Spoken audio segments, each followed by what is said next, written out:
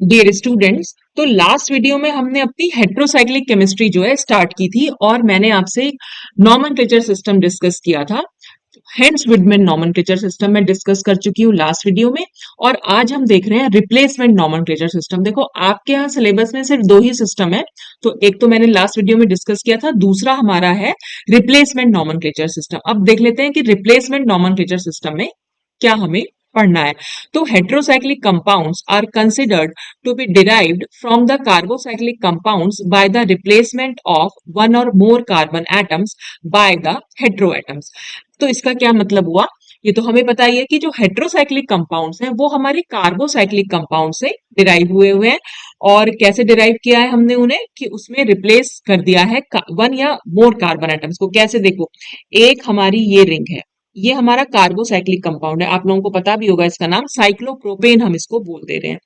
इसको आप कैसे और लिख सकते हैं? आप इसको ऐसे भी लिख सकते हैं, सी, ये ऐसे बनाया, यहाँ पर सी, ये भी कार्बन, सी फॉर कार्बन तो पता ही है आपको, ये एच बनाया, यहाँ एक एच बनाया, ठीक है। ये एक एच और ये एक एच, यहाँ पर एक एच और ये एक एच। मतलब इसका क्या मतलब हुआ कि ये CH2 ग्रुप है। इसका मतलब हुआ ये CH2 ग्रुप है और यहाँ पर भी CH2 ग्रुप है। तो आपने इसको ऐसे लिखा। तो कार्बोसाइक्लिक कंपाउंड मतलब होता है कि जो रिंग बन रही है उस रिंग में इन्वॉल्व होने वाले एटम यानी रिंग एटम हमारे सब कार्बन हैं, ठीक है। तब तो हम कहेंगे कार्बोसाइक्लिक कंपाउंड। और अगर हम किसी एक कार्बन एटम को या एक से ज्यादा कार्बन एटम को रिप्लेस कर दें किसी हेट्रो एटम से, हेट्रो एटम का मतलब अदर देन कार्बन, कार्बन के अलावा कोई भी एटम होगा तो हेट्रो एटम बोलते हैं। तो जनरली हम हेट्रोसाइक्लिक कंपाउंड्स में इलेक्ट्रोनेगेटिव एटम्स ही पढ़ते हैं, ऑक्सीजन, सल्फर, नाइट्रोजन, ये सब पढ़ते हैं। तो इसलिए हम हेट्रो एटम उनके लिए भी वर्ड यूज कर लेते हैं। तो सपोज अगर मैं ये वाले कार्बन को रिप्लेस कर दूं ऑक्सीजन से, तो मैंने इसको ऐसे लिखा, ऐसे लिख सकती हूँ, ठीक है। ये वाली रिंग बन गई। तो ये हमारा हो गया हेट्रोसाइक्लिक कंपाउंड, ठीक है। ये जो यहां बनाया था ये थे दोनों के दोनों एक जैसे, ये मतलब दोनों को ऐसे भी लिख सकते हैं। तो ये है हमारा कार्बोसाइक्लिक और ये है हमारे हेट्रोसाइक्लिक कंपाउंड। तो हेट्रोसाइक्लिक कंपाउंड हमारे कार्बोसाइक्लिक कंपाउंड से ही बन पाते हैं, या तो किसी कार्बन एटम को या किसी CH ग्रुप को या CH2 ग्रुप को बस आप एक्सचेंज रिप्लेस कर देंगे किसी हेट्रो एटम से, ठीक है। और यही this forms the basis of the replacement nomenclature of heterocycles, और इसी ने हमारे रिप्लेसमेंट नॉमेनक्लेचर का बेस भी बनाया। और therefore the rules of the replacement nomenclature are similar to those applied for the carbocyclic compounds. और इसीलिए जो रिप्लेसमेंट नॉमेनक्लेचर में जो रूल्स हम यूज करते हैं वो बिल्कुल सिमिलर होते हैं उन कार्बोसाइक्लिक कंपाउंड्स में के नॉमेनक्लेचर सिस्टम के, ठीक है। तो this is the most systematic nomenclature, सबसे ज्यादा सिस्टमैटिक नॉमेनक्लेचर यही है। And used for the heterocyclic containing unusual heteroatoms, ऐसे हेट्रोसाइकिल्स जिनमें अनयूजुअल हेट्रोएटम्स हो, या फिर स्पाइरो और ब्रिज्ड हेट्रोसाइक्लिक सिस्टम्स के लिए भी हम इसको यूज करते हैं। अब ये स्पाइरो और ब्रिज्ड क्या होते हैं ये तो जब आएंगे मैं आपको समझा दूंगी। तो फिलहाल ये कि कार्बोसाइक्लिक कंपाउंड से हमने जो हेट्रोसाइक्लिक कंपाउंड को डिराइव किया है, बस वहीं से हम इनका नाम बहुत इजीली लिख सकते हैं। तो बेटा, रिप्लेसमेंट नॉमेनक्लेचर सिस्टम को हम चार कंपाउंड्स हैं, चार टाइप के हेट्रोसाइक्लिक कंपाउंड्स हैं, उन पर हम अप्लाई करेंगे। तो वो चार टाइप क्या है? एक तो है मोनोसाइक्लिक, दूसरा है फ्यूज्ड हेट्रोसाइक्लिक, तीसरे होते हैं हमारे स्पाइरो और चौथे होंगे ब्रिज्ड, ठीक है। तो मैं आज आपसे सिर्फ दो सिस्टम, एक तो मोनोसाइक्लिक और एक फ्यूज्ड, वही डिस्कस करूंगी। और स्पाइरो और ब्रिज में नेक्स्ट वीडियो में डिस्कस करूंगी बेटा, क्योंकि वीडियो ना काफी लंबा हो जाएगा, ठीक। तो जो आज हम सबसे पहले जो हेट्रोसाइक्लिक कंपाउंड हम ले रहे हैं वो है मोनोसाइक्लिक हेट्रोसाइकिल्स। हेट्रोसाइकिल्स मींस हेट्रोसाइक्लिक कंपाउंड, और मोनोसाइक्लिक का मतलब जिसमें सिर्फ एक रिंग हो। एक रिंग मतलब जैसे कि ये एक सिंगल रिंग है, यहाँ पर मैं ऑक्सीजन लगा दूं, ठीक है।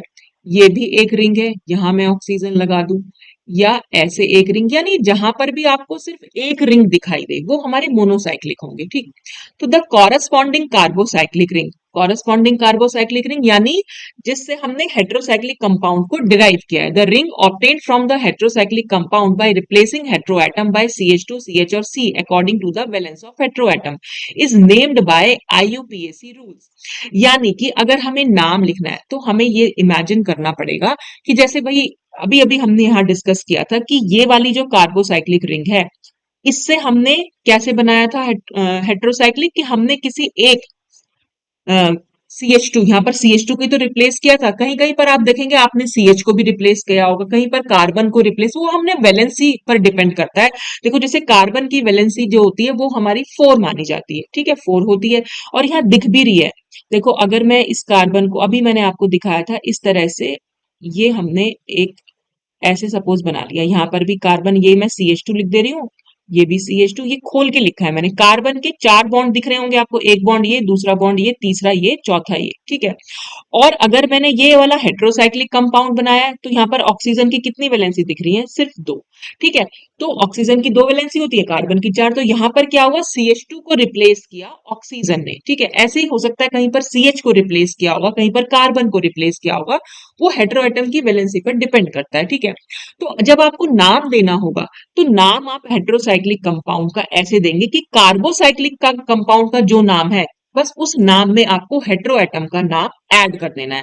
वो अभी हम डिस्कस करेंगे डिटेल में।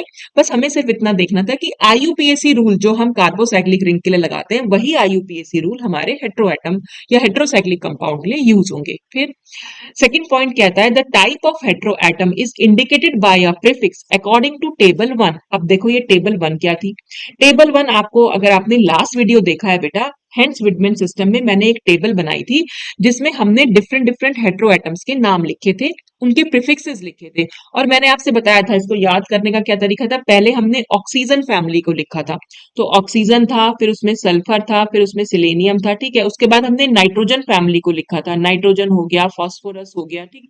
तो इसी तरह से हम नीचे बढ़ते चले गए थे अलग अलग फैमिली के लिए। तो हम, क्योंकि ज्यादातर मैंने आपको लास्ट वीडियो में बोला था, हम ऑक्सीजन, सल्फर और नाइट्रोजन ज्यादातर इन्हीं कंपाउंड्स के बारे में पढ़ते हैं, तो बस इन्हीं के जो है प्रीफिक्सेस आपको याद होने चाहिए। हालांकि आपको टेबल 1 पूरी याद होनी चाहिए। तो ये टेबल 1 वही टेबल 1 है जो हमने हेंस विडमेन सिस्टम में यूज की थी। तो वहां पर हमने ऑक्सीजन के लिए क्या वर्ड यूज किया था? प्रीफिक्स ऑक्सा, ठीक है। सल्फर के लिए हमने क्या यूज किया था? थाया, ठीक है। ऐसे सिलेनियम के लिए हमने सेलेना यूज किया था, नाइट्रोजन के लिए हमने एजा यूज किया था, फास्फोरस के लिए हमने फॉस्फा यूज किया था। तो ये सब आप उसी वीडियो में देख लीजिएगा, ठीक। अब आप क्या देख रहे हैं इसमें कि since all the prefixes end with the letter A, the replacement nomenclature is also known as A nomenclature. तो देख रहे हैं आप, जितने भी हमारे हेट्रोएटम है उनके प्रीफिक्सेस जो है वो सब ए पर खत्म हो रहे हैं, देख रहे हैं आप। ऑक्सा में भी ए है, थाया में ए है, लास्ट में आप देखें तो सब में ए है। तो इसीलिए, और यहाँ पर इस ए को हम लिखेंगे, आपको अगर ध्यान हो, हेंस विडमेन में हम इस ए को स्किप कर रहे थे, छोड़ दे रहे थे। क्यों? क्योंकि इसके बाद हम जब रिंग का नाम लिख रहे थे तो रिंग के नाम में वाउल आ रहा था, तो वाउल क्योंकि दोनों एक साथ नहीं लिख रहे हैं, इसलिए हमने वाउल, उस वाउल की वजह से इस ए को छोड़ दिया था। तो वहां पर हम ए को स्किप कर रहे हैं, लेकिन यहां पर हम इस ए को लिखेंगे, इसीलिए हम जो है इसको ए नॉमेनक्लेचर बोल दे रहे हैं। The position and prefix for each heteroatom are placed before the name of the corresponding carbocyclic ring। तो आपने क्या करना है, जैसे अभी मैंने आपको एग्जाम्पल दिया, ये वाली रिंग का अगर आपको नाम लिखना है, तो भाई ये वाली रिंग कहाँ से डिराइव हुई थी? हमने देखा था, ये हमने इससे डिराइव की थी। हमने O की जगह बस CH2 लिख दिया तो हमें मालूम पड़ गया कि हमने इस रिंग से इसको डिराइव किया। इस रिंग का क्या नाम था? साइक्लोप्रोपेन। कैसे नाम आया ये साइक्लोप्रोपेन? तो वो इस तरह से आया कि साइक्लो तो आपको लिखना ही लिखना है, क्योंकि रिंग स्ट्रक्चर है तो साइक्लो लिखेंगे। क्योंकि यहाँ पर 3 कार्बन एटम है, ये 1, ये 2, ये 3, 3 कार्बन एटम के लिए हम केमिस्ट्री में वर्ड यूज करते हैं प्रॉप, तो हमने प्रॉप लिखा। और क्योंकि सारे सिंगल बॉन्ड है इसलिए हमने एन लगा दिया, ठीक है। ये तो आप लोगों को पता ही होगा, बेसिक सी चीज है, अब एमएससी में है तो इतनी बेसिक चीज आपको आनी चाहिए। तो ये साइक्लोप्रोपेन है, तो भाई साइक्लोप्रोपेन में आपने सिर्फ इतना करना है, हमें नाम लिखना है इसका। तो इसका नाम लिखने के लिए हमें पहले ये देख लिया कि इससे हमने डिराइव किया, तो साइक्लोप्रोपेन तो आएगा ही आएगा। इस साइक्लोप्रोपेन से ठीक पहले आपको अपने हेटेरोएटम का प्रीफिक्स लिख देना है। तो प्रीफिक्स क्या है ऑक्सीजन का? ऑक्सीजन का प्रीफिक्स है ऑक्सा।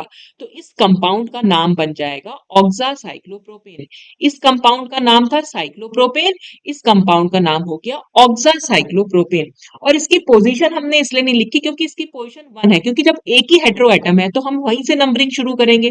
तो हमने इसको नंबर 1 दिया, यहाँ नंबर 2 और ये नंबर 3। तो 1 ऑक्सा भी लिख सकते हैं या खाली ऑक्सा भी लिख सकते हैं। तो खाली ऑक्सा का मतलब ये है कि वो 1 ऑक्सा होगा, ठीक। तो आपने सिर्फ इतना देखना है कि वो हेट्रोसाइक्लिक कंपाउंड कौन से कार्बोसाइक्लिक कंपाउंड से डिराइव हुआ है, तो उस कार्बोसाइक्लिक कंपाउंड के नाम के ठीक पहले आपको सिर्फ हेट्रो एटम का नाम मतलब प्रीफिक्स और उसकी पोजीशन को जोड़ देना है। देखो जैसे यहाँ पर ये ऑक्सासाइक्लोप्रोपेन तो मैंने आपको समझा ही दिया। अब आ जाओ इस वाले कंपाउंड। तो देखो ये वाला कंपाउंड में ऑक्सीजन है, फिर से वही है, इसको हम नंबर 1 देंगे, यहाँ नंबर 2 दे दो, चाहे यहाँ नंबर 2 दे दो, एक ही बात है। ये नंबर 2, ये नंबर 3 और यहाँ पर फिर नंबर 4, ठीक है। तो 1 फिर वही है, ओ पर ऑक्सीजन मतलब 1 नंबर पर ऑक्सीजन है तो ऑक्सा तो आप लिखेंगे ही, साइक्लो लिखेंगे उसके बाद ऑक्सा साइक्लो। अब आप सोचेंगे कि यहाँ पर 4 कार्बन एटम है, मतलब आपको इमेजिन करना है। इमेजिन क्या, ये रिंग हमने कहाँ से डिराइव की होगी, ये हमने इससे डिराइव किया है। इस ऑक्सीजन की जगह बस हमने यहाँ पर ये CH2 लिख दिया है, ये CH2 है बेटा, ठीक है। आपको मैंने अभी बताया भी कि ये सारे जो ग्रुप्स हैं वो CH2 है, तो आपने ऑक्सीजन के CH2 लिखा और आपने इसका नाम देखा, तो इसका नाम क्या होगा, साइक्लो तो लिखना ही है। 4 कार्बन है तो ब्यूट हम लिखते हैं, और क्योंकि सारे सिंगल बॉन्ड है तो हम एन लिखते हैं, तो इस कंपाउंड का नाम तो हो जाएगा साइक्लोब्यूटेन। हमें देना है इस कंपाउंड का नाम, तो इस कंपाउंड के नाम में आपने क्या करना है, बस साइक्लोब्यूटेन से पहले ऑक्सा को जोड़ देना है, तो इसका नाम हो जाएगा ऑक्सा साइक्लोब्यूटेन, ठीक। तो बस आपने इमेजिन करना है इतना, जैसे आप ये वाले कंपाउंड का नाम दे रहे हैं, तो आपने सबसे पहले देखा सल्फर, सल्फर के लिए हम थाया लिखते हैं। फिर आप ये सोचो कि इसमें कितने टोटल नंबर ऑफ एटम्स कितने हैं, तो आपने इसको 1 नंबर दो, ये 2, ये नंबर 3, ये नंबर 4, ये नंबर 5, तो टोटल आपके 5 बैठेंगे, ठीक है। और 5 के लिए हम पेंट वर्ड यूज करते हैं अपनी केमिस्ट्री में, तो थाया के बाद साइक्लो तो लिखना ही है, पेंट लिखेंगे क्योंकि सारे सिंगल बॉन्ड है, एन लिखेंगे, तो साइक्लोपेंटेन से क्योंकि हमने इसको डिराइव किया है। तो आप बार बार ऐसे स्ट्रक्चर बना के नहीं देखेंगे, ऐसे तो डिराइव किया हमने, बस यहाँ पर सल्फर नहीं, यहाँ पर सल्फर है और यहाँ पर हमारा CH2 ग्रुप है। तो बस आपको ये इमेजिन करना है इस सल्फर की जगह CH2 ग्रुप है, बस सल्फर का नाम देने के बाद आपको ये इमेजिन करना है, सल्फर का प्रीफिक्स लिखने के बाद बस टोटल रिंग का नाम क्या हो जाएगा वो आपको इसके आगे लिख देना है, ठीक। अब आ जाते हैं हम इस पर, यहाँ पर ऑक्सा तो आप लिखेंगे, अब इसकी नंबरिंग कर लेते हैं, ये नंबर 1, ये नंबर 2, यहाँ पर नंबर 3, ये नंबर 4, ये नंबर 5 और ये हो गया नंबर 6, ठीक है। अब यहाँ ये हमने किससे डिराइव किया हुआ है, अगर उसका नाम देखें तो हम अब उसको कंपाउंड को लिखना चाहें तो हम ऐसे लिखेंगे, इसी से तो डिराइव किया होगा। ये क्या है, साइक्लो लिख दिया आपने, ठीक है। फिर 6 कार्बन एटम है, तो 6 के लिए हम हेक्सा वर्ड यूज कर लेते हैं, ठीक है। और क्योंकि ईन है, डबल बॉन्ड को हम ईन बोलते हैं, लेकिन आपको 2 डबल बॉन्ड दिख रहे हैं तो 2 ईन हो गई, तो 2 ईन है तो साइक्लो हेक्सा डाइईन। और डाइईन से पहले बस इस ईन का नंबर और दे देना है कि डबल बॉन्ड है कहाँ कहाँ पर, तो हम इसको नंबर 1 देंगे क्योंकि हम डबल बॉन्ड से नंबरिंग शुरू करते हैं अपने कार्बोसाइक्लिक कंपाउंड में, तो 1 2 3, ये 4, ये 5 और ये 6, ठीक है। तो आपको 1 और 2 के बीच में डबल बॉन्ड दिखाई दे रहा है, तो आपको छोटा नंबर लिखना होता है, डबल बॉन्ड 2 कार्बन एटम के बीच में, लेकिन जो छोटा नंबर है आपको वो लिखना है, तो 1 लिखा, फिर उसके बाद कॉमा लगाएंगे क्योंकि हमें दूसरे डबल बॉन्ड का भी नंबर देना है, तो 4 और 5 के बीच में डबल बॉन्ड है, 4 और 5 में छोटा नंबर कौन सा है, 1 4, और इसके बाद छोटा सा डैश लगाएंगे, इस हेक्सा के बाद भी डैश लगाएंगे, तो इसका नाम क्या हो जाएगा, साइक्लो हेक्सा 1,4 डाइन, ठीक है। तो यानी कुल मिलाकर आप ये समझ सकते हैं कि इसका नाम साइक्लोहेक्साडाइन है। फिलहाल के लिए तो आप इतना ही समझिए क्योंकि नंबर तो अब की बार फिर से चेंज हो जाएगा जब हम अपने हेटेरोएटम पे जाएंगे। तो ये साइक्लोहेक्साडाइन है, ठीक। अब आप यहाँ पर नंबरिंग करें, ये नंबर 1 लिखेंगे, नंबर 2, यहाँ पर नंबर 3, ये नंबर 4 हो जाएगा, नंबर 5 और नंबर 6। तो सबसे पहले आपको हेटेरोएटम का नाम देना है, तो ऑक्सा लिखा, फिर आपको पता चल गया कि साइक्लोहेक्साडाइन तो है ये, ठीक है। तो साइक्लोहेक्सा यहाँ लिखेंगे, फिर डाइन लिखेंगे, लेकिन हेक्सा और डाइन के बीच में इस डाइन का नंबर लिखना है, वो कैसे लिखेंगे, 2 और 3 के बीच में डबल बॉन्ड दिख रहा है तो आपको छोटा नंबर लिखना होता है, तो ये आपने 2 यहाँ पर लिख दिया, ठीक है। फिर 5 और 6 के बीच में डबल बॉन्ड है तो छोटा नंबर आपका 5 है, तो आपने 5 लिख दिया, तो 2 5 डाइन हो जाएगा, तो इसका नाम हो जाएगा ऑक्सा साइक्लोहेक्सा, हेक्सा 2 5 डाइन, ठीक। अब आप यहाँ पर देख लीजिए, फिर से नंबरिंग करनी है, ये 1 नंबर, ये 2 नंबर, यहाँ पर 3, ये 4 और यहाँ दिया 5। तो अब आप देखेंगे सबसे पहले हेटेरोएटम, तो हेटेरोएटम आपको 2 दिखाई दे रहे हैं, तो जब आपको हेटेरोएटम 2 दिखाई देंगे तब आपको उनका नंबर भी मेंशन करना पड़ेगा किस पोजीशन पर है, तो ये नंबर 1 पर है नाइट्रोजन और नंबर 3 पर है, तो आपने 1 3 लिखा, क्योंकि 2 नाइट्रोजन है इसलिए डाई लिखा, और नाइट्रोजन का प्रीफिक्स हम क्या यूज करते हैं, टेबल नंबर 1 से देखना है, एजा, तो डाई एजा, ठीक है। उसके बाद आपको साइक्लो लिखना है, ओवरऑल आपने नंबर देखा, कितने नंबर दिख रहा है, लास्ट नंबर आप देख लीजिए 5। 5 के लिए आपको ध्यान होना चाहिए कि आप केमिस्ट्री में उसके लिए पेंटा वर्ड यूज करते हैं, ठीक है। तो आपने लिखा पेंटा, और उसके बाद आपको डाइन लिख दिया, क्योंकि दो ईन है और पेंटा और डाइन के बीच में बस इनका नंबर देना है। तो 2 और 3 के बीच में डबल बॉन्ड है तो आपने 2 नंबर, छोटा नंबर। 4 और 5 के बीच में डबल बॉन्ड है तो छोटा नंबर। तो 2 4 डाइन इसका नाम हो जाएगा। तो इस तरह से आपको नाम देना है कि बस आपने नंबरिंग कर देनी है, टोटल नंबर ऑफ एटम्स आपको मालूम पड़ जाएंगे। तो बार बार आपको कार्बोसाइक्लिक रिंग बनाने की जरूरत नहीं है, सिर्फ आपको नंबर के लिए तो कार्बोसाइक्लिक रिंग चाहिए। तो नंबर आपको मालूम पड़ेगा जैसे ही आप नंबरिंग करेंगे उसकी। ठीक, अब देखो नेक्स्ट क्या है। The replacement names derive from benzene are retained only if 3 double bonds are present. अब इसका क्या मतलब है, otherwise the names with in diene et cetera as necessary are used. देखो आप यहां देख रहे हैं इसको, ये कंपाउंड क्या है, ये कहां से डिराइव हुआ होगा, देखो ये कंपाउंड हमारा बेंजीन से तो डिराइव हुआ है। अगर मैं ये सारे हेट्रो एटम हटा दूं, ये बेंजीन से डिराइव हुआ है। अगर आप यहां से भी देखें, ये भी बेंजीन से डिराइव हुआ है, ये भी बेंजीन से डिराइव, सारे बेंजीन। बेंजीन हमें कैसे मालूम पड़ रही है कि 6 मेंबर्ड रिंग है और उसमें हमें 3 डबल बॉन्ड दिखाई दे रहे हैं। तो 6 मेंबर्ड रिंग में अगर आपको 3 डबल बॉन्ड दिखाई दे तो इसका मतलब उसे हमने बेंजीन से डिराइव किया है। तो बेंजीन तो उसमें एज इट इज लिख दीजिए, और बेंजीन से पहले आप बस हेट्रोएटम का नाम लिख दीजिए। तो हेट्रोएटम यहाँ नाइट्रोजन है, नाइट्रोजन के लिए हम एजा वर्ड यूज करते हैं, तो एजा बेंजीन हो गया। ये दूसरा एटम देख लीजिए, यहां पर आपको 2 एटम दिखाई दे रहे हैं तो नंबरिंग करनी पड़ेगी। तो यहाँ पर 1, ये 2, ये 3, यहाँ 4, यहाँ 5 और ये 6। तो 1 और 4 पर आपको देखा आपने हेट्रोएटम है तो 1, 4, और क्योंकि 2 हेट्रोएटम है तो डाई, और कौन सा हेट्रोएटम है, एजा और बेंजीन, तो आपको लिखना ही है। तो आप देखेंगे 6 मेंबर्ड रिंग में अगर आपको 3 डबल बॉन्ड दिखाई दे रहे हैं तो बेंजीन लिखना ही लिखना है बेटा, बस इतना ध्यान रखिएगा। जैसे यहाँ पर है ये एसआई क्या, सिलिकॉन, सिलिकॉन के लिए हम क्या वर्ड यूज कर रहे हैं यहाँ पर, सिला। तो सिला बेंजीन लिख दिया। फॉस्फोरस है यहाँ पर, फॉस्फोरस के लिए हम क्या प्रीफिक्स यूज कर रहे हैं हेट्रो में, फॉस्फा, तो फॉस्फा बेंजीन हो गया। बिस्मथ के लिए हम क्या वर्ड यूज कर रहे हैं, बिस्मा, तो ये बिस्मा बेंजीन हो गया। तो यहाँ आप देख रहे हैं ऊपर वाले सारे एग्जाम्पल में 3 डबल बॉन्ड आपको दिखाई दे रहे थे, ठीक। अब आप यहां आ जाइए, यहां पर आपको नॉर्मली जैसे आप अभी हमने ये वाला कंपाउंड डिस्कस किया था ना, वैसे ही करना है यहाँ पर। यहाँ पर तो आपको 3 डबल बॉन्ड हो भी नहीं सकते, 5 मेंबर्ड रिंग है, तो आपको नॉर्मली जैसे नाम लिखते हैं वैसे ही लिखेंगे। इसको नंबरिंग करेंगे बस पहले, क्योंकि हमें डबल बॉन्ड 2 दिखाई दे रहे हैं तो उनका नंबर लिखने के लिए हमें यहाँ नंबरिंग करनी पड़ेगी। तो ऑक्सीजन है तो ऑक्सीजन के लिए हमने ऑक्सा लिख दिया, ऑक्सा के बाद साइक्लो लिखना है। फिर आपको ओवरऑल नंबर देखने हैं, 5, लास्ट नंबर देख लीजिए 5, यानी 5 एटम्स इस रिंग में है, और 5 के लिए हम वर्ड यूज करते हैं पेंटा, तो हमने पेंटा लिखा। पेंटा के बाद क्योंकि 2 ईन है तो डाइन लिखा। बस पेंटा और डाइन के बीच में इस डाइन का नंबर लिखना है। तो 2 और 3 के बीच में है तो छोटा नंबर लिखना है, 2 लिखा। 4 और 5 के बीच में डबल बॉन्ड है तो छोटा नंबर 4 लिखा, तो 2 4 डाइन हो जाएगा, ठीक। ऐसे ही हम यहाँ पर कर सकते हैं, इसका नाम भी बिल्कुल ऐसा ही आएगा, साइक्लोपेंटा 2 4 डाइन आएगा, बस सिलिकॉन है यहाँ पर तो इसलिए हमने इसके लिए सिला लिख दिया, ठीक। तो इस तरह से हम इसका नाम यहाँ पर लिख सकते हैं।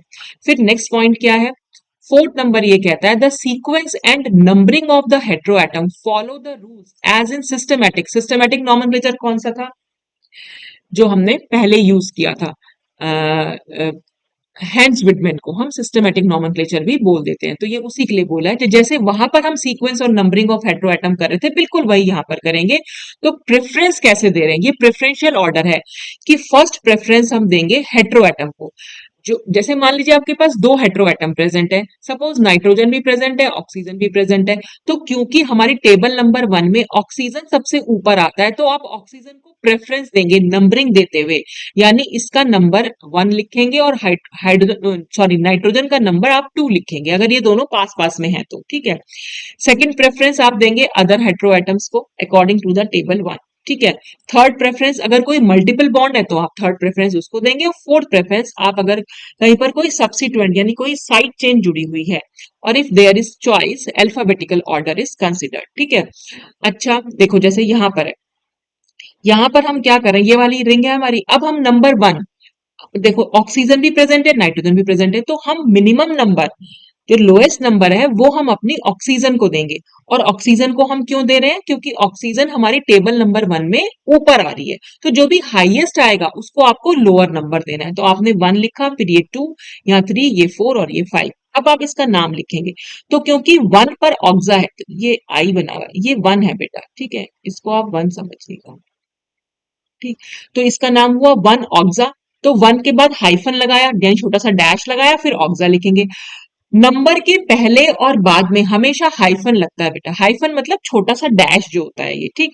तो 1 ऑक्सा लिखा। 1 ऑक्सा के बाद आप अपने दूसरे हेटेरोएटम का नाम लिखेंगे, तो और उसका पोजीशन लिखेंगे पहले। तो 3 लिखा, 3 के बाद ऐसा लिखा, बस आपने दे दिया है सब कुछ। उसके बाद आप साइक्लो लिखेंगे। हेटेरोएटम का नाम जैसे ही खत्म होगा तो आपने साइक्लो लिखा, फिर ओवरऑल एटम्स देख लिए। तो ओवरऑल में लास्ट एटम आपका क्या आ रहा है? नंबर 5।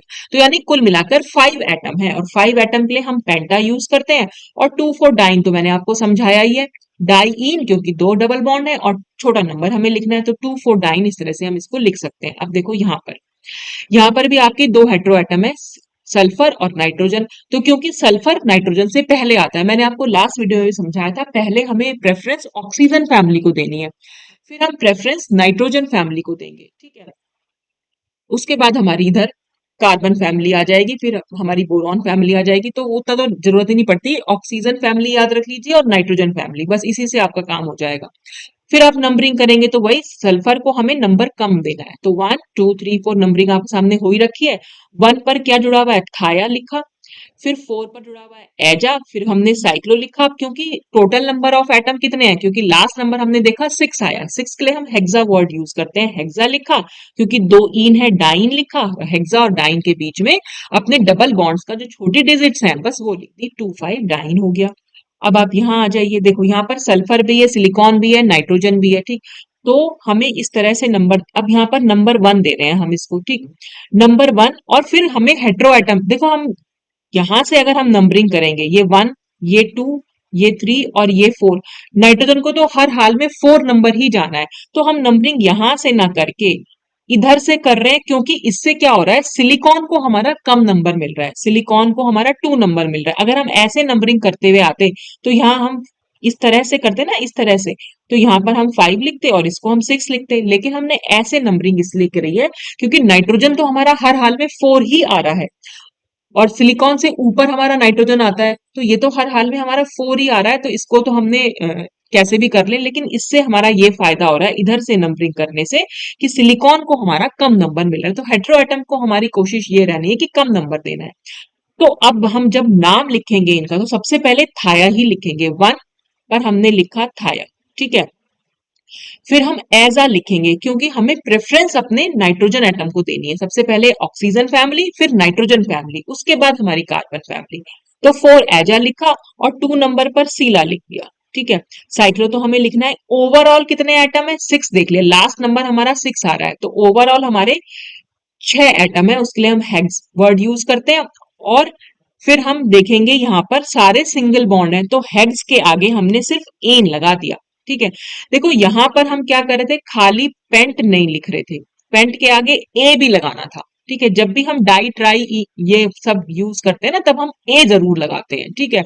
अगर हमें खाली पेंट इन लिखना हो तो हम सिर्फ पेंट और इन लिख देते हैं, तब हम कभी ए नहीं लगाते, ये चीज ध्यान रखना। लेकिन डाई ट्राई टेट्रा अगर हो इन के आगे, तब हम इसके आगे पेंट के आगे या हेक्स के आगे या जो भी हमारा कार्बन एटम का नंबर है उसके आगे ए जरूर लिखेंगे।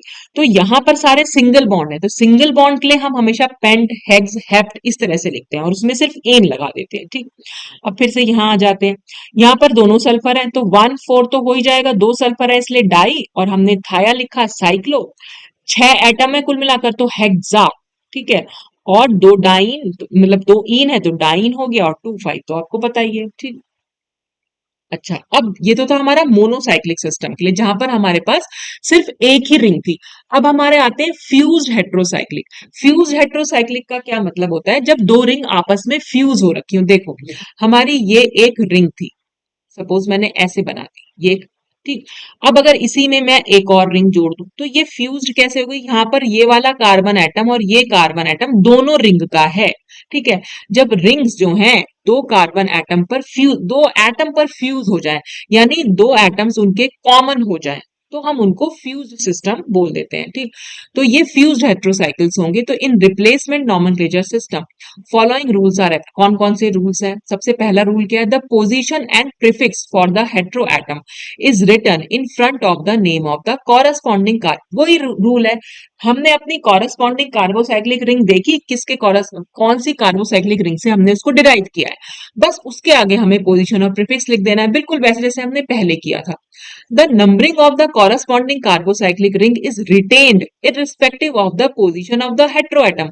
अभी हम क्या कर रहे थे? अपने हेट्रोएटम को कम नंबर दे रहे थे, लेकिन फ्यूज्ड सिस्टम में आपने क्या करना है? जो कॉरस्पॉन्डिंग कार्बोसाइक्लिक रिंग होगी, जो उसका नंबरिंग करते थे वही नंबरिंग रहेगी, चाहे हेट्रोएटम का नंबर कम हो चाहे ज्यादा हो, हमें यहाँ ध्यान नहीं रखना है। हमें बिल्कुल उसी सिस्टम को अपनाना है जो हम अपने कार्बोसाइक्लिक रिंग में अपनाते। However, the lowest possible number locants are assigned to the heteroatom in the complete fused heterocyclic system and if choice, table 1 is followed। ठीक है, तो वही सब देखो, यहाँ पे बता देती हूँ आपको। जैसे ये वाला हमारा पहला कंपाउंड आता है, पहले कंपाउंड को कहाँ से डिराइव किया है हमने? पहले कंपाउंड को डिराइव किया है बेटा एंथ्रासीन से। एंथ्रासीन क्या होती है हमारी? एंथ्रासीन में तीन बेंजीन रिंग जो है आपस में फ्यूज होती हैं, उसको हम ऐसे लिखते हैं, देखो ये ठीक है। फिर एक और रिंग बनाई हमने, ये और ये, ठीक, और फिर ये ऐसे ऐसे और ये, ठीक है। तो ये वाली रिंग में आपने सिर्फ, मैंने यही तो कहा था कि ये वाली रिंग को आपने क्या समझना है, इस नाइट्रोजन को ना सोच के बस इसकी जगह आपको कार्बन सोचना है, और फिर कार्बन की वैलेंसी को भी सोचना है उसी हिसाब से, क्योंकि अगर यहाँ पर तो खाली नाइट्रोजन है, लेकिन अगर मैं यहाँ कार्बन लिखूंगी तो कार्बन के साथ मुझे हाइड्रोजन भी लिखना पड़ेगा, क्योंकि देख रहे हैं ना यहाँ पर आपका CH ग्रुप प्रेजेंट है। क्यों?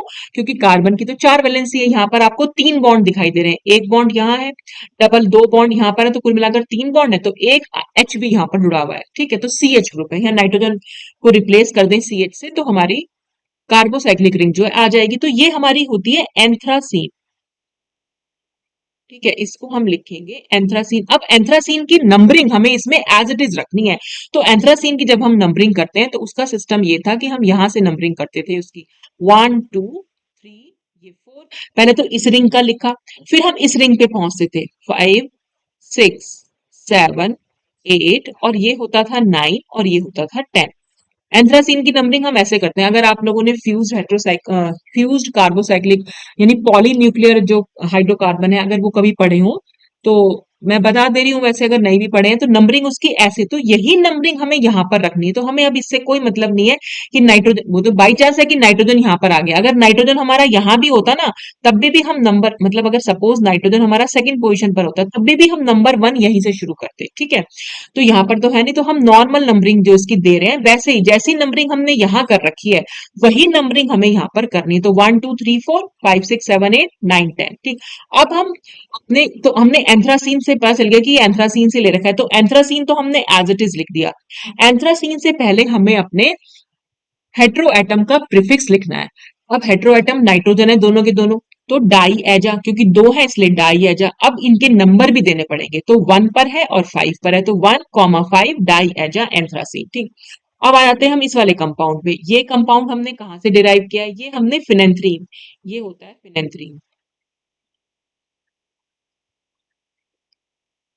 अच्छा, ये एक चीज आपको ना पता होनी चाहिए, वैसे आपको मैंने ट्रिवियल नेम्स आपको नहीं डिस्कस किए, वरना वहां से आप पता लगा सकते थे। तो ये रिंग होती है यहाँ पर, ठीक है, जैसे यहाँ ये बना दिया, ये ऐसे हो गया, यहाँ ऐसे हुआ, और फिर ये हमारी रिंग आ जाती थी। ठीक, तो हम जो यहाँ, ये हमारी फिनेंथ्रीन है। ठीक, और फिनेंथ्रीन की जो हम नंबरिंग करते थे वो ऐसे करते थे, 1 यहाँ पर 2, ये 3, ये 4, पहले तो इस रिंग को दिया, फिर हम इस रिंग पर आ जाते थे 5 6 7 8, और ये 9, और यहाँ पर ये 10। ठीक है, तो फिनेंथ्रीन की नंबरिंग जो थी वही नंबरिंग हम अपने हेट्रो एटम में भी रखेंगे, हेट्रो साइक्लिक कंपाउंड में भी रखेंगे। तो यहीं से नंबर 1 शुरू करेंगे, ऐसा नहीं कि हेट्रो एटम यहाँ पर है तो नंबर 1 हम इसको दे देंगे। तो 1 2 3 4 ये रहेगा, 5 6 7 8 और 9 10 ये रहेगा। ठीक, अब यहाँ पर भी हमारे पास दो ही एज आए, तो फिनेंथ्रीन तो हमने लिख ही दिया, फिनेंथ्रीन से पहले डाई एजा लगाया और डाई एजा से पहले इनकी पोजीशन लिख दी, तो 3 और 9 पर प्रेजेंट है तो इसलिए 3,9 डाई एजा फिनेंथ्रीन हम यहाँ पर लिखेंगे। ठीक, तो ये जो सिस्टम है बेटा ये लिखने के लिए ही आएगा आपको, मुझे नहीं लगता अभी तक तो कभी पूछा नहीं गया, पिछले साल के मैंने बहुत सारे क्वेश्चन पेपर भी देखे तो सभी में ना रिप्लेसमेंट नॉमेनक्लेचर सिस्टम या हेंस विडमेन, ज्यादातर हेंस विडमेन पूछा गया है कि हेंस विडमेन नॉमेनक्लेचर सिस्टम को डिस्कस कीजिए। तो ऐसा नहीं है कि आपको हर नाम आपको पता होना चाहिए, तो आपको ये जो मैं करवा रही हूँ बस ये नाम अगर आपको पता है तो आप लिख सकते हैं मतलब इजीली। तो ये मत सोचेगा कि ये एंथ्रासीन तो हमें पता ही नहीं था, ये फिनेंथ्रीन तो हमें पता ही नहीं था, मतलब आपको पता होना चाहिए था वैसे कायदे में, क्योंकि अब आप एमएससी के स्टूडेंट हैं, लेकिन अगर नहीं पता है तो कोई बात नहीं, जो मैं बता रही हूँ उतना याद कर लीजिएगा। ठीक, अच्छा थर्ड रूल क्या कहता है? थर्ड रूल बोलता है in the replacement nomenclature system the hetero atom at the ring junction is given the same locant as an adjacent non junction carbon atom but with the suffix A. इसका क्या मतलब है? देखो, जैसे ये हमारा एक फ्यूज्ड सिस्टम है, अब ये जंक्शन का क्या मतलब होता है? जंक्शन होता है ये पॉइंट, देखो मैं यहां बना के दिखाती हूँ, ये जंक्शन जहां पर कि दोनों कॉमन एटम्स हैं। ठीक, तो अगर मैं इसको यहां बना दूं, ये एक रिंग बना दूं ऐसे, डबल बॉन्ड, ये सिंगल बॉन्ड, यहाँ पर अब इसका डबल बॉन्ड आ जाएगा और ये सिंगल बॉन्ड और यहाँ आएगा डबल बॉन्ड। ठीक है, आप इसको ऐसे मतलब ये कहां से डिराइव किया? ये वाला जो कंपाउंड होता है ना बेटा, ये होता है हमारा पेंटालीन। ठीक से मुझसे बन नहीं पाया पर इसको हम पेंटालीन बोलते हैं, मतलब दो साइक्लो पेंटाडाइन रिंग आपस में फ्यूज हो जाती हैं। तो हम बात कर रहे थे रिंग जंक्शन की। जंक्शन होता है जहां पर ये फ्यूज होती हैं, एक ये पॉइंट और ये पॉइंट, इनको हम बोलते हैं रिंग जंक्शन। ठीक है, जहां पर दोनों की दोनों फ्यूज हो गई हैं आपस में। ठीक, तो अब जैसे ये वाली पेंटालीन से हमने डिराइव किया हुआ है, ठीक, तो इसलिए हमने इसका नाम पेंटालीन एज इट इज लिख दिया। ठीक, अब हमें इसकी नंबरिंग, और इसकी नंबरिंग भी हम ऐसे ही शुरू करते हैं, जंक्शंस के बाद से जो होता है ना एटम, वहां से हम नंबरिंग शुरू करते हैं। तो इसकी भी नंबरिंग 1 2 3 ऐसे हो जाएगी, 3 यहां तक आएगा और फिर ये हम इसको 4 और ये 5 और ये 6 इस तरह से हम लिखते थे। ठीक है, अब यहाँ पर क्या कर रहे हैं, हमने इसको नंबर 1 दिया क्योंकि हमें यही वाली नंबरिंग यहाँ पर रखनी है, तो 1 2 3 लिखा। ये कह रहे हैं अगर रिंग जंक्शन पर अगर हमारा हेटेरो एटम प्रेजेंट हुआ तो हम उससे जो एडजेसेंट पर जो नंबर था, जो उससे ठीक पहले आया था, वो नंबर लिखेंगे और साथ ही साथ उसमें ए या हम बी भी लगा सकते हैं। तो यहाँ पर हम ए लगाएंगे। ठीक है, अगर यहाँ पर भी प्रेजेंट होता तो हम उसको बी लिख देते, तो यहाँ पर हम उसके साथ ए लगाएंगे। ठीक है, तो रिंग जंक्शन पर अगर हेटेरो एटम प्रेजेंट है तो उससे ठीक पहले वाला नंबर हमें यहाँ लिख देना है। पहले वाला नंबर 3 था तो 3 लिखा और साथ में हमें ए लिख देना है। ठीक, फिर 4 5 6 लिख दिया। ठीक, तो पेंटालीन तो लिख ही दिया आपने पहले। पेंटालीन से पहले क्योंकि हमारे पास दो एजा, अच्छा हाँ, नंबर हम शुरू से शुरू कर रहे हैं, तो सबसे पहले हम सल्फर, सल्फर के लिए हम थाया लगाते हैं, तो सल्फर का नाम हम पहले देंगे। क्यों? क्योंकि टेबल नंबर 1 में नाइट्रोजन से पहले सल्फर है, तो 1 पर है थाया तो हमने 1 थाया लिखा। फिर हम देखेंगे अपने नाइट्रोजन यानी एजा का नंबर, तो 3a है और 6 है, तो 3a, 6। फिर 2 है एजा तो इसलिए डाई एजा, और क्योंकि पेंटालीन से हमने इसे डिराइव किया तो इसलिए इसके आगे पेंटालीन लिख देंगे। ठीक, अच्छा नेक्स्ट क्या है? नेक्स्ट ये लिखा हुआ है कि corresponding carbocyclic ring without maximum number of non cumulative double bond. Non cumulative मैंने आपको बताया थे, सिंगल डबल अगर ऐसे हो तो उनको हम नॉन क्यूमुलेटिव डबल बॉन्ड बोल देते हैं। जैसे ये सारे डबल बॉन्ड्स हमारे नॉन क्यूमुलेटिव कहलाएंगे।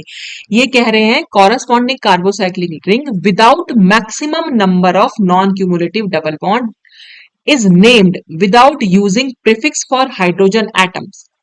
The ring is named in its state of hydrogenation. मतलब कि ये देखो, अगर हम ये जो हमारा कंपाउंड है ये हमने कहां से डिराइव किया हुआ है, ये हमारी रिंग होती है यहाँ पर ऐसी वाली, एक 6 मेंबर्ड रिंग, बेंजीन रिंग समझ लीजिए। अगर वो साइक्लोपेंटेन के साथ फ्यूज्ड हो, ये यहां से डिराइव हुआ है, तो इसको हम बोल देते हैं इंडेन। ठीक है, एक 6 मेंबर्ड रिंग के साथ अगर एक 5 मेंबर्ड रिंग अटैच है तो उसके लिए हम वर्ड यूज करते हैं इंडेन। ठीक, तो यहाँ पर सिर्फ इतना, ये इतना सब कुछ वैसे लिखने की जरूरत नहीं थी, आपने सिर्फ इतना कुछ कर ही नहीं रखा, इन्होंने सिंपल नाम दे रखा है इसका।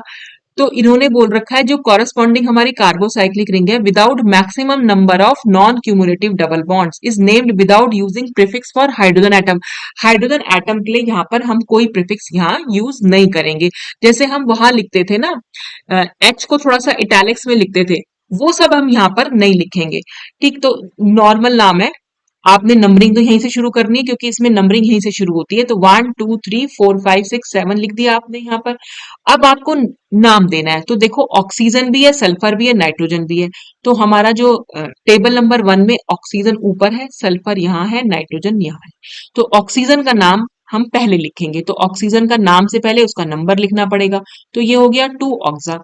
फिर हम सल्फर का नाम, तो सल्फर का नंबर 3 थाया, और हर नंबर के आगे पीछे हाइफन लगाना है। फिर 1 और 5 दोनों पर जो है आपका नाइट्रोजन है, तो 1 5 डाई एजा, और इंडेन तो हम इसको बोलते हैं, तो हमने यहाँ पर इंडेन लिख दिया। तो यहाँ पर कहने का कुल मतलब ये हुआ है कि जो हाइड्रोजन है इसके लिए हमें अलग से इसको, इसका नंबर हमें दिखा, हम आपको अगर याद हो हम इसे लिखते थे 1, फिर डैश लगाते थे, और इस एच को इटैलिक्स में लिखते थे। तो ये एच को इटैलिक्स में यहाँ पर लिखने की कोई जरूरत नहीं है, ये इसमें सिर्फ इतना सी बात बताई गई कि इसको हम इसकी हाइड्रोजनेशन वाली फॉर्म में ही लिखेंगे। ठीक है, अच्छा नेक्स्ट क्या है, नेक्स्ट पॉइंट है, अगर हमारे पास दोनों ring, if the corresponding carbocyclic ring is without maximum number of non-cumulative double bonds, the heterocyclic system is considered to be with maximum number of conjugated और isolated double bonds। देखो इसका क्या मतलब हो, अब देखो यहां से आप देख रहे हैं, यहां पर आपको दिखा रखा है कि यहाँ पर एक तो बेंजीन रिंग है और दूसरी बेंजीन रिंग नहीं बना रखी, सिर्फ एक बॉन्ड बना रखा है। एक्चुअल में ये डिराइव कहां से कर रखा है, इसको हमने नेफ्थलीन से डिराइव किया है। दो बेंजीन रिंग आपस में फ्यूज्ड है।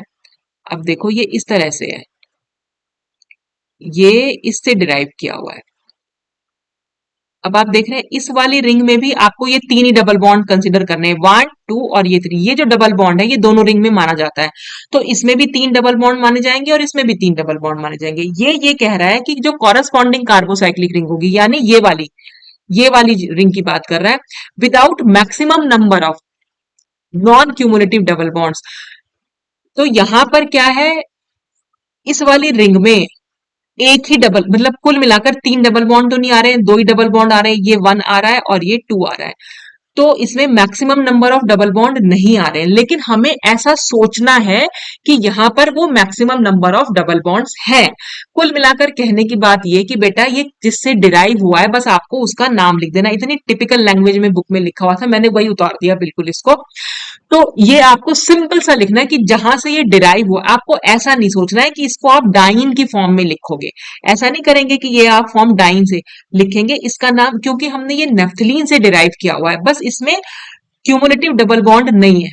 ठीक है, यहाँ पर मतलब मैक्सिमम नंबर ऑफ बॉन्ड्स नहीं है। यहाँ पर जैसे 3 डबल बॉन्ड थे इस वाली रिंग में, इस वाली रिंग में यहाँ 2 ही डबल बॉन्ड दिखा रखे हैं, लेकिन आपको सोचना ऐसे ही है कि आपने इसको वहीं से डिराइव किया हुआ है। यही आगे लिखा हुआ है कि corresponding carbocyclic ring is named as it contains maximum number of non cumulative double bond. तो आपको सोचना यही है कि जैसे कि इसने वही maximum number non cumulative double bonds ले रखे हैं। ठीक, तो आपने सिंपल नाम लिखना है। तो नंबरिंग हम नेफ्थलीन की भी ऐसे ही शुरू करते थे, यहां से 1, ये 2, ये 3, ये 4, यहाँ 5, ये 6, ये 7 और ये 8। तो वही नंबरिंग यहाँ पर रिटेन हो रखी है। ठीक, तो 1 पर और 4 पर क्योंकि थाया है तो 1 4 डाई थाया और उसके आगे सिर्फ नेफ्थलीन लिख देना है। जैसे अब यहाँ पर आ जाइए, यहाँ पर भी यही कर रखा है, 1 2 3 ये भी नेफ्थलीन से ही डिराइव कर रखा है। तो 1 पर ऑक्सा है, 4 पर थाया है और फिर आपने नेफ्थलीन तो एज इट इज लिख देना है। ठीक, अब यहाँ पर क्या है, the additional hydrogen atom if present. देखो यहाँ पर एडिशनल हाइड्रोजन एटम कैसे प्रेजेंट है अभी हम देखेंगे। यहाँ पर आपको इंडिकेट करना है उस हाइड्रोजन एटम को उसकी पोजिशन के साथ इटैलिक्स में एच लिख के। इटैलिक्स का मतलब थोड़ा सा टेढ़ा लिख देना है आपको, उसकी पोजीशन और उसका place before the hetero atom. जैसे ये है, अब ये कंपाउंड हमने कहां से डिराइव किया है, देखो इस ऑक्सीजन की जगह हटा देना आप, मतलब आप कार्बन इमेजिन कीजिए, तो ये कंपाउंड हमारा क्राइसिन होता है।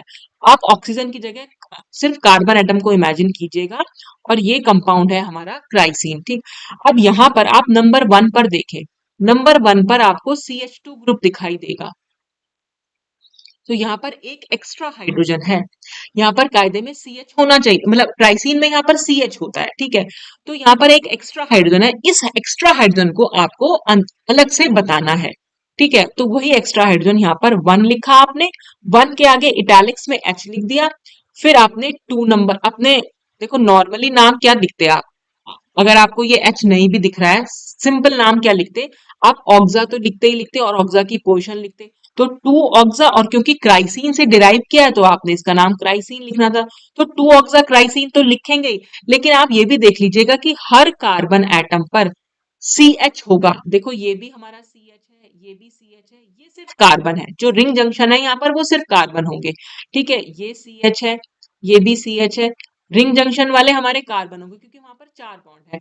तो सी एच हो या सी हो वो तो ठीक है, लेकिन अगर सी एच टू हुआ तो इसका मतलब एक हाइड्रोजन एक्स्ट्रा है। और जब भी कहीं कोई सी एच टू आपको दिखाई देगा ऐसे कंपाउंड में, तो उस एच को आपको अलग से नंबरिंग करनी है। तो 1H इसलिए हमने लिखा। 1 हमने क्यों लिखा, क्योंकि 1 पोजीशन हमें देनी है।